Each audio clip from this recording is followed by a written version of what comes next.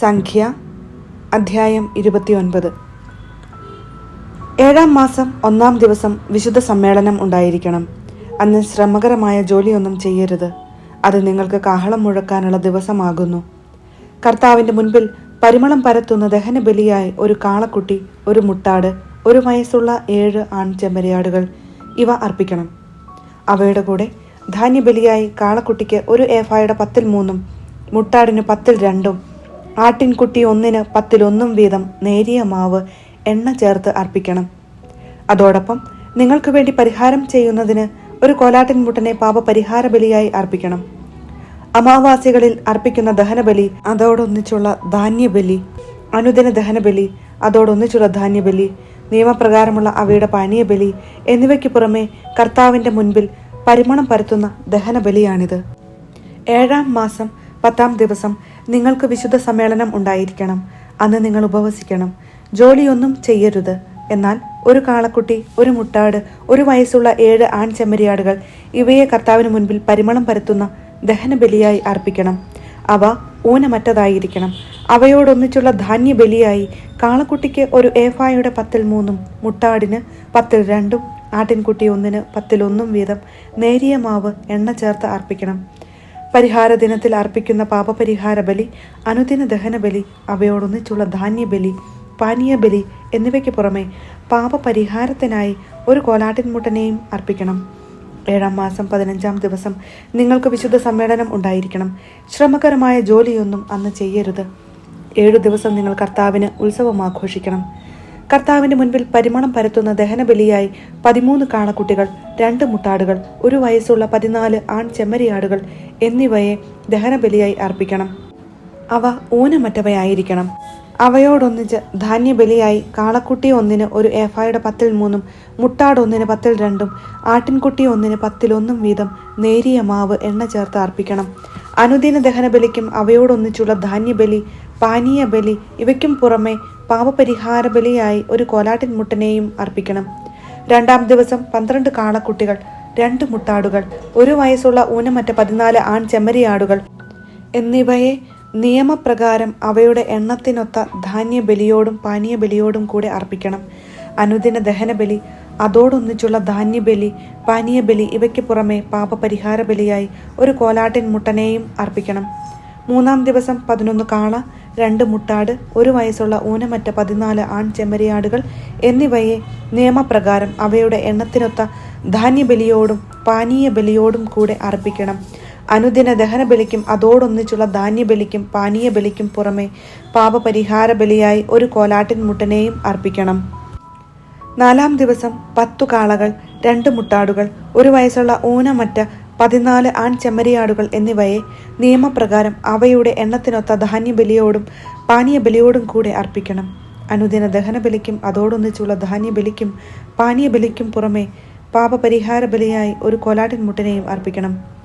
5-ാം ദിവസം 9 കാളകൾ, 2 മുട്ടാടുകൾ, 1 വയസ്സുള്ള ഊനമറ്റ 14 ആൺചെമ്മരിയാടുകൾ എന്നിവയെ നിയമപ്രകാരം അവയുടെ എണ്ണത്തിനൊത്ത ധാന്യബലിയോടും പാനീയബലിയോടും കൂടെ അർപ്പിക്കണം. അനുദിന ദഹനബലിക്കും അതിൻ്റെ ധാന്യബലിക്കും പാനീയബലിക്കും പുറമെ പാപപരിഹാര ബലിയായി 1 കോലാട്ടിൻമുട്ടനെയും അർപ്പിക്കണം. 6-ാം ദിവസം 8 കാളകൾ, 2 മുട്ടാടുകൾ, 1 വയസ്സുള്ള ഊനമറ്റ 14 ആൺചെമ്മരിയാടുകൾ എന്നിവയെ നിയമപ്രകാരം അവയുടെ എണ്ണത്തിനൊത്ത ധാന്യബലിയോടും പാനീയബലിയോടും കൂടെ അർപ്പിക്കണം. അനുദിന ദഹനബലിക്കും അതിൻ്റെ ധാന്യബലിക്കും പാനീയബലിക്കും പുറമെ പാപപരിഹാര ബലിയായി 1 കോലാട്ടിൻമുട്ടനെയും അർപ്പിക്കണം. 7-ാം ദിവസം 7 കാളകൾ, 2 മുട്ടാടുകൾ, 1 വയസ്സുള്ള ഊനമറ്റ 14 ആൺചെമ്മരിയാടുകൾ എന്നിവയെ നിയമപ്രകാരം അവയുടെ എണ്ണത്തിനൊത്ത ധാന്യബലിയോടും പാനീയബലിയോടും കൂടെ അർപ്പിക്കണം. അനുദിന ദഹനബലിക്കും അതിൻ്റെ ധാന്യബലിക്കും പാനീയബലിക്കും പുറമെ പാപപരിഹാര ബലിയായി 1 കോലാട്ടിൻമുട്ടനെയും അർപ്പിക്കണം. 8-ാം ദിവസം നിങ്ങൾക്ക് വിശുദ്ധ സമ്മേളനം ഉണ്ടായിരിക്കണം. ശ്രമകരമായ ജോലിയൊന്നും അന്ന് ചെയ്യരുത്. കർത്താവിൻ്റെ മുൻപിൽ പരിമളം പരത്തുന്ന ദഹനബലിയായി 1 കാളയെയും 1 മുട്ടാടിനെയും 1 വയസ്സുള്ള ഊനമറ്റ 7 ആൺചെമ്മരിയാടുകളെയും അർപ്പിക്കണം. നിയമപ്രകാരം അവയുടെ എണ്ണമനുസരിച്ച് ധാന്യബലിയും പാനീയബലിയും അർപ്പിക്കണം. അനുദിന ദഹനബലിക്കും അതിൻ്റെ ധാന്യബലിക്കും പാനീയബലിക്കും പുറമെ പാപപരിഹാര ബലിയായി 1 കോലാട്ടിൻമുട്ടനെയും അർപ്പിക്കണം. നേർച്ചകളും സ്വാഭീഷ്ട കാഴ്ചകളുമായി നിങ്ങൾ സമർപ്പിക്കുന്ന ദഹനബലികൾ, ധാന്യബലികൾ, പാനീയബലികൾ എന്നിവയ്ക്ക് പുറമെ നിർദ്ദിഷ്ടമായ ഉത്സവ ദിനങ്ങളിൽ ഇവയും കർത്താവിന് അർപ്പിക്കണം.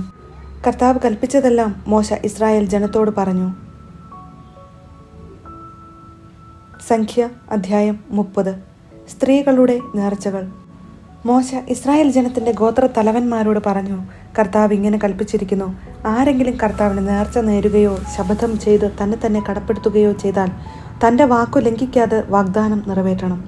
ഏതെങ്കിലും യുവതി പിതൃഗൃഹത്തിൽ വെച്ച് കർത്താവിന് നേർച്ച നേരുകയും ശപഥത്താൽ തന്നെ കടപ്പെടുത്തുകയും ചെയ്തിട്ട് അവളുടെ നേർച്ചയെയും തന്നെ കടപ്പെടുത്തിയ ശപഥത്തെയും കുറിച്ച് കേൾക്കുമ്പോൾ പിതാവ് അവളോടും ഒന്നും പറയുന്നില്ലെങ്കിൽ അവളുടെ എല്ലാ നേർച്ചകളും ശപഥത്തിന്റെ കടപ്പാടും സാധുവായിരിക്കും. എന്നാൽ പിതാവ് അതിനെക്കുറിച്ച് കേൾക്കുന്ന ദിവസം തന്നെ വിസമ്മതം പ്രകടിപ്പിച്ചാൽ അവളുടെ എല്ലാ നേർച്ചകളും ശപഥത്തിന്റെ കടപ്പാടും അസാധുവാകും. പിതാവ് വിലക്കിയതുകൊണ്ട് കർത്താവ് അവളോട് ക്ഷമിക്കും. നേർച്ചയോ ചിന്തിക്കാതെ ചെയ്ത് തന്നെ കടപ്പെടുത്തുന്ന ശപഥമോ ഉള്ള സ്ത്രീ വിവാഹിതയാവുകയും അവളുടെ ഭർത്താവ് അത് കേട്ട ദിവസം തന്നെ ഒന്നും പറയാതിരിക്കുകയും ചെയ്താൽ അവളുടെ നേർച്ചകളും ശപഥത്തിന്റെ കടപ്പാടും സാധുവായിരിക്കും. എന്നാൽ അവളുടെ ഭർത്താവ് അത് കേട്ട ദിവസം വിസമ്മതം പ്രകടിപ്പിച്ചാൽ അവളുടെ നേർച്ചയും വിചാരശൂന്യമായ ശപഥത്തിന്റെ കടപ്പാടും അവൻ അസാധുവാക്കുന്നു. കർത്താവ് അവളോട് ക്ഷമിക്കും. എന്നാൽ വിധവയോ ഉപേക്ഷിക്കപ്പെട്ട സ്ത്രീയോ നേരുന്ന ഏതൊരു നേർച്ചയും ശപഥത്തിന്റെ കടപ്പാടും അവൾക്ക് ബാധകമായിരിക്കും. ഏതെങ്കിലും സ്ത്രീ ഭർതൃഗൃഹത്തിൽ വെച്ച് നേർച്ച നേരുകയോ ശപഥത്താൽ തന്നെ കടപ്പെടുത്തുകയോ ചെയ്യുകയും അവളുടെ ഭർത്താവ് അത് കേൾക്കുമ്പോൾ വിലക്കാതിരിക്കുകയും ചെയ്താൽ അവളുടെ നേർച്ചകളും ശപഥത്തിന്റെ കടപ്പാടും സാധുവായിരിക്കും. എന്നാൽ അവളുടെ ഭർത്താവ് അത് കേൾക്കുന്ന ദിവസം അവയെ അസാധുവാക്കിയാൽ അവളുടെ നേർച്ചയും ശപഥത്തിന്റെ കടപ്പാടും പ്രാബല്യമില്ലാത്തതാകും. അവളുടെ ഭർത്താവ് അവയെ അസാധുവാക്കിയിരിക്കുന്നു. കർത്താവ് അവളോടും ക്ഷമിക്കും. ഏതു നേർച്ചയും ശപഥത്തിന്റെ കടപ്പാടും ഒരുവളുടെ ഭർത്താവിന് സാധുവോ അസാധുവോ ആക്കാം. എന്നാൽ അവളുടെ ഭർത്താവ് അത് കേട്ടിട്ട് ഒന്നും പറയുന്നില്ലെങ്കിൽ അവളുടെ എല്ലാ നേർച്ചകളും ശപഥങ്ങളും അവൻ സ്ഥിരപ്പെടുത്തുന്നു. അവൻ വിലക്കാത്തത് കൊണ്ട് അവ സ്ഥിരപ്പെട്ടിരിക്കുന്നു. എന്നാൽ അത് കേട്ടിട്ട് കുറെ നാൾ കഴിഞ്ഞ ശേഷം നിരോധിച്ചാൽ അവൻ അവളുടെ കുറ്റം ഏറ്റെടുക്കണം. ഭർത്താവും ഭാര്യയും പിതാവും പിതൃഗൃഹത്തിൽ വസിക്കുന്ന കന്യകയും പാലിക്കണമെന്ന് മോശ വഴി കർത്താവ് കൽപ്പിച്ച നിയമങ്ങൾ ഇവയാണ്.